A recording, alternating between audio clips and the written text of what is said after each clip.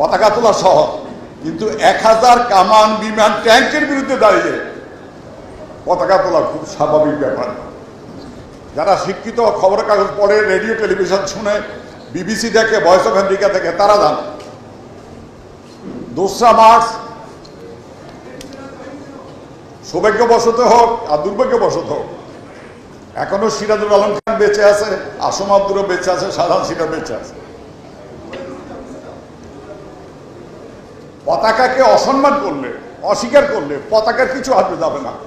এই জাতি যতদিন থাকবে বাংলাদেশের পতাকা ততদিন থাকবে। আসম আব্দুরও নিজের কৃতিত্ব জাহির করার জন্য না, সেদিন ঢাকা বিশ্ববিদ্যালয় কলাভবনের চতুর্দিকে, শাহবাগ থেকে শহীদ মিনার, নিউ মার্কেট থেকে রেসকোর্স, এই জায়গার মধ্যে লক্ষ জনতা, শিশু, কারফিউ ছিল, হরতাল ছিল। ছোট বাচ্চা, ছেলে মেয়েকে, শিশুকে হাতে করে নিয়ে এই হরতাল কারফিউর মধ্যে লক্ষ জনতা সমাবেশ হয়েছিল ঢাকা বিশ্ববিদ্যালয় প্রাঙ্গণে। স্বাধীনতা, মুক্তিযুদ্ধ এবং সিরাজুল আলম খান, নিউক্লিয়াস, বিএলএফ, জয় বাংলা বাহিনী, এগুলি অস্বীকার করে বাংলাদেশের স্বাধীনতা সংগ্রাম হয় নাই। বঙ্গবন্ধুর নেতৃত্বে জাতীয়তাবাদী আন্দোলনকে ধাপে ধাপে সশস্ত্র মুক্তিযুদ্ধের দিকে নিয়ে যাওয়া, এই কাজটা করেছিলেন সিরাজুল আলম খান। বঙ্গবন্ধু উপাধি, এটাও সিরাজুল আলম খানের নির্দেশে তোফায়েল আহমদ, তোফায়েল ভাই বঙ্গবন্ধুকে উপাধিটা দিয়েছিলেন রেসকোর্সে, আগরতলা মামলা থেকে বেরিয়ে আসার পরে। এখন যে প্রবণতা দেখা যাচ্ছে,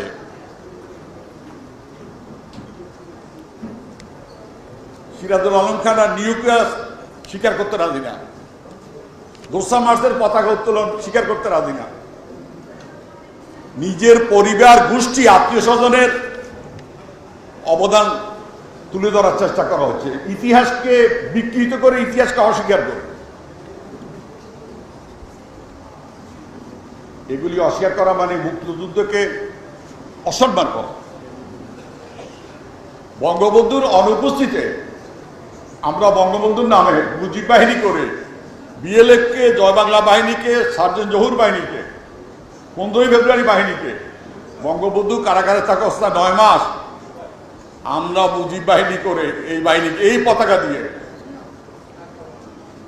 যে হাজার হাজার মুক্তিযোদ্ধা মৃত্যুবরণ করেছে তাদেরকে দাফন করা হয়। এখন কেউ যদি অস্বীকার করেন, আজকে ক্ষমতায় আসা ভোট ডাকাতি করে, যে না মুক্তিযুদ্ধের নামে কিছু হয় নাই, আমার বাবা যুদ্ধ হয়েছে, তাতে করে যারা এদেশের সচেতন নাগরিক, যারা মুক্তিযুদ্ধ ত্যাগ স্বীকার করেছে, তারা কিন্তু এটাকে গ্রহণ করবে না। বাংলাদেশের মুক্তিযুদ্ধের ইতিহাসটাকে তুলে ধরতে হবে। 5000 বছরে বাঙালি জাতির যে, পূর্ব পাকিস্তানকে আমরা স্বাধীন করতে যাই নাই, পূর্ব বাংলাকে স্বাধীন করতে যাই, আমরা বাঙালিদের একটা জাতিরাষ্ট্র, সেটা প্রতিষ্ঠা করার জন্য আমরা 9 মাস যুদ্ধ করেছি।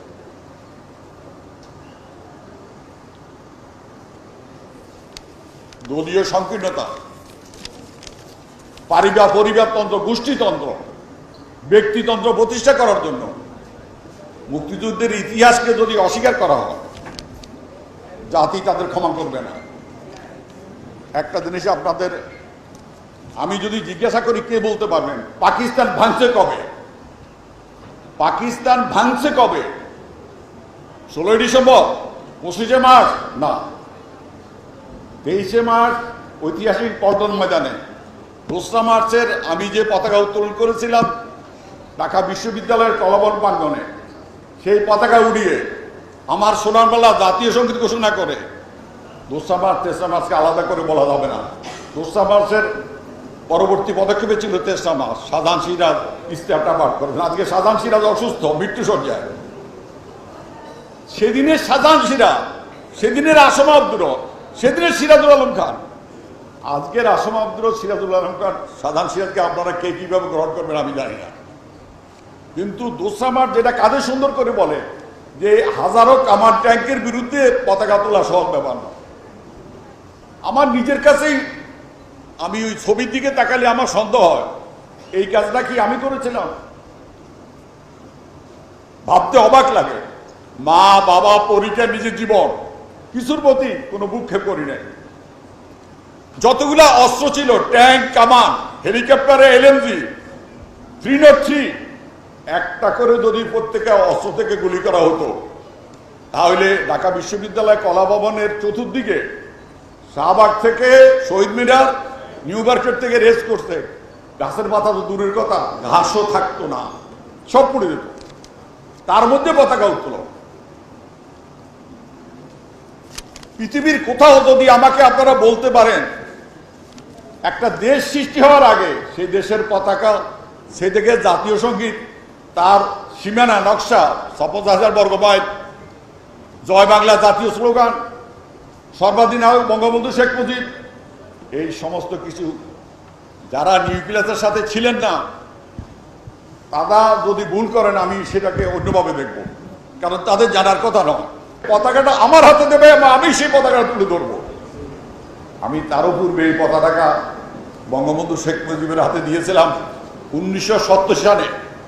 সার্জেন্ট জহুর বাহিনী, 15ই ফেব্রুয়ারি বাহিনী, জয় বাংলা বাহিনীর আমি ছিলাম সর্বাধিনায়ক, কামরুল আলম খান খসরু ছিল টোয়াইসি। এর পক্ষ থেকে এই পতাকাটা আমি বঙ্গবন্ধুর হাতে মুখে দিয়েছিলাম এইভাবে খুলে। বঙ্গবন্ধু জিব্বাই কামড় দিয়ে আমার বললেন, তুমি সন্ধ্যায় আমার বাড়িতে আসো। আমি সন্ধ্যায় বাড়ি যাওয়ার পর বঙ্গবন্ধু বললেন, it is too early. Early মানে উনিও চান স্বাধীন হোক বাংলাদেশ, কিন্তু উনি যে গণতান্ত্রিক পদ্ধতিতে সাংবিধানিক ধারার মধ্যে অসহযোগ আন্দোলন করে পুরা জাতিকে ঐক্যবদ্ধ করবেন, আমরা যুবক, ছাত্র, আমরা শ্রমিক, আমরা সেটা সময়টা দিতে রাজি না। উনি বলতেছিলেন যে টু আর্লি, আমাকে একটু সময় দাও। অনেক কাহিনী, অনেক সময় লাগবে বলতে। একটাই শুধু বলবো, দোসরা মার্চকে অস্বীকার করে কোনো লাভ হবে না। পুরা জাতি সচেতন মানুষ যারা আছে বাংলাদেশে, মুক্তিযুদ্ধের অসম্পূর্ণ কাজ। বাংলাদেশ স্বাধীন ছিল মাত্র 16ই ডিসেম্বর থেকে 9ই জানুয়ারি পর্যন্ত। 10ই জানুয়ারি থেকে আবার সেই ডিসি, এসপি, ওসি যারা আমাদের মা বোনদেরকে পাকিস্তানের হাতে তুলে দিয়েছিল, সেই শাসক প্রশাসকরা আবার বাংলাদেশে তাদের প্রশাসনে বসেছে। মুক্তিযুদ্ধের যে আকাঙ্ক্ষা ছিল সে আকাঙ্ক্ষা বাস্তবায়িত হয় নাই। জনগণের অধিকার, ক্ষমতা, কর্তৃত্ব প্রতিষ্ঠা হয় নাই। বঙ্গবন্ধুর সাথে এই প্রশ্নে দ্বিমত হওয়ার পরে আমরা জেএসডি গঠন করেছি 72 সালে। নেতার প্রতি অশ্রদ্ধা ছিল না, আদর্শগত বিরোধ ছিল। এটা ঝগড়ার ব্যাপার না। বাংলাদেশের মালিক কি জনগণ হবে না কোনো দল হবে, কোনো নেতা ব্যক্তি হবে বাংলাদেশের মালিক, এই নিয়ে বিরোধটা ছিল আমাদের। ইতিহাস বিকৃত করলে তাদের কিছু আসে যায় না, কিন্তু যে লক্ষ লক্ষ মানুষ প্রাণ দিয়েছে একটা স্বাধীন জাতি রাষ্ট্রের জন্য, তাদের প্রতি অসম্মান করা হয়। তারা তাদেরকে ক্ষমা করবে না। এই যে ব্যক্তি শাসন, গোষ্ঠী শাসন, দলীয় শাসন করার মধ্য দিয়ে বাংলাদেশকে আবার পরাধীন রাষ্ট্রে রূপান্তরিত করার যে মানসিকতা, এর পরিণতি ভয়াবহ। পতাকাটা যখন আমি তুলে ধরলাম তখন যে লক্ষ জনতা কারফিউর মধ্যে, হরতালের মধ্যে কিভাবে তারা সেখানে আসছেন আমি ভাবতেই পারি না। বাচ্চা শিশুদেরকে হাত ধরে ঘর থেকে বের করে নিয়ে আসছেন, ছেলেকে মেয়েকে। যাই হোক, যেটা বলতে চাই, ইশতেহার পাঠের মধ্য দিয়ে 3রা মার্চ সেখানে সর্বাধিনায়ক বঙ্গবন্ধু শেখ মুজিবুর রহমান, জয় বাংলা জাতীয় স্লোগান, পাকিস্তানি সেনাবাহিনী আমাদের শত্রু, 56,000 বর্গমাইল একটা এলাকা, এই যে 3 রঙের পতাকা, আমাদের মানচিত্র সহ মুক্তিযুদ্ধে 9 মাসে যারা মৃত্যুবরণ করেছেন তাদের অনেককেই এই পতাকা দিয়ে দাফন করা হয়। 2রা মার্চের পরে ওই দিনই বলেছিলাম যে আজ থেকে এই পতাকা স্বাধীন বাংলাদেশের পতাকা, পাকিস্তানের পতাকা কোথাও উড়ে নাই। 23শে মার্চ পাকিস্তানের গণপ্রজাতন্ত্র দিবস, সেই দিবসে আমরা প্রতিরোধ দিবস হিসাবে পালন করে ঐতিহাসিক পল্টন ময়দানে জয় বাংলা বাহিনীর কুচকাওয়াজ, কামরুল আলম খান খসরু 6টা গান পাওয়ার করলেন, হাসান হক ইনু এই পতাকাকে তুলে ধরলেন। এলপিতে আমার সোনা বাংলা আমি তোমায় ভালোবাসি, এই গানটা হচ্ছিল জাতীয় সঙ্গীত কবিগুরু রবীন্দ্রনাথের। এই ইতিহাস আপনারা যারা এখানে আছেন অনেকে দেখেন নাই, অনেকের সেই সমাবেশে উপস্থিত থাকার আপনাদের সৌভাগ্য হয় নাই, অনেকের জন্মই হয় নাই। 26 কোটি টাকা কোনো মানুষের ঘরে থাকতে পারে যে দেশে ব্যাংক আছে? কল্পনাও করা যায় না। টাকার বস্তা আওয়ামী লীগের ঘরে ঘরে, এবং সাবেক মন্ত্রী এমপি অনেকে নাকি এর সাথে জড়িত। ইতিমধ্যে ইউটিউবে এবং ফেসবুকে তাদের নামটা এসে গেছে, ছবিও এসে গেছে। ক্যাসিনোতে যেভাবে ধরেছিলেন পরে বন্ধ হয়ে গেছে আমি জানি। এই পাপিয়ার এবং যারা এর সাথে জড়িত তাদের যে খালেদ সম্রাটে এগুলি বন্ধ হয়ে গেছে।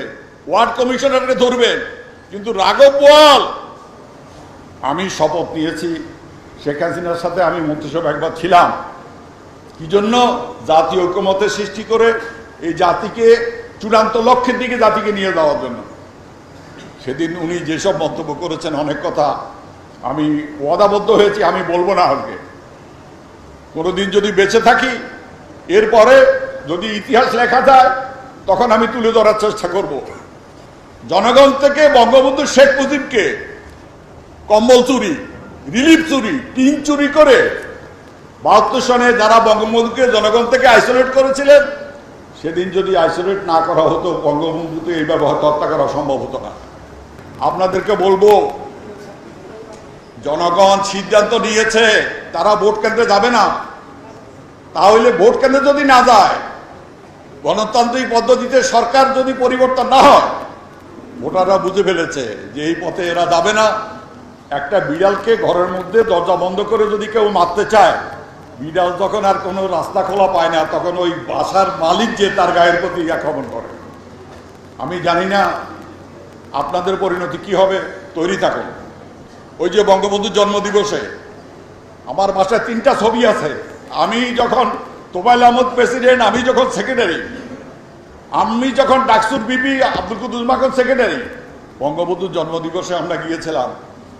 23শে মার্চ রাত্রে পাকিস্তান ভেঙেছে, যখন পশ্চিম পাকিস্তানের সাথে যারা ছাত্রলীগের 2 গ্রুপের 1 গ্রুপ, যারা স্বায়ত্তশাসন পর্যন্ত রাজি, কেউ যদি সূর্যকে ঢাকে রেখে বলে যে আমি সূর্য দেখি নাই, তাতে সূর্য ওঠা বন্ধ হবে না।